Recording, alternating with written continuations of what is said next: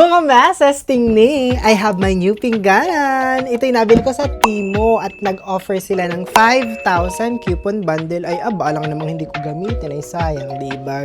Ako'y nagandahan, kaya ito'y aking binili. Sa makatuwid ay dito ang lagay ng pingganahan eh. Tapos ay yung ibaba ay mga baso yata. Pupurbahan ko nga kung kasya itong aming mga pingganan. Aba, isakto. Parang sinukat.